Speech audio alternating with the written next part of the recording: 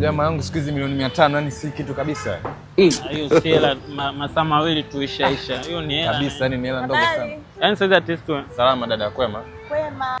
Okay, jamani, mimi naitwa Maya. Ni mgeni hapa. Kwa hiyo nimefikia hapo kwenye apartment hizo hapo. Nilikuwa nahitaji kampani yenu, tuka have fun, tuka enjoy good time all day.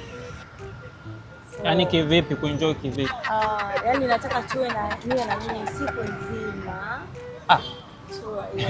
Yaani kufanya mchezo mbaya? Huyu anachukuliaje huyu sister? Dada, sisi tunajiheshimu.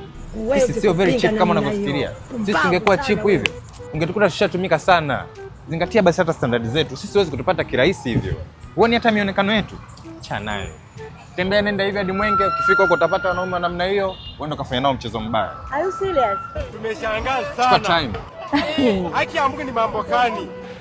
Ngoja bwana, toa mkono wako. Shenzi ni. Wewe bro, are you serious kweli? Wewe ni mwanaume lijali?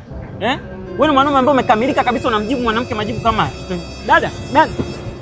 Wewe dada. Wewe. Aise ndugu yangu, yule jamaa sija na matatizo yule, nahisi kama akilini mwake is not well brained capacity.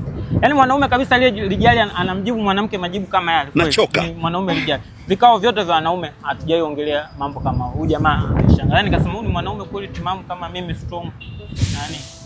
Yaani nitaka nishangae. Nikasema hivi huyu ana akili. Nikaona na wewe.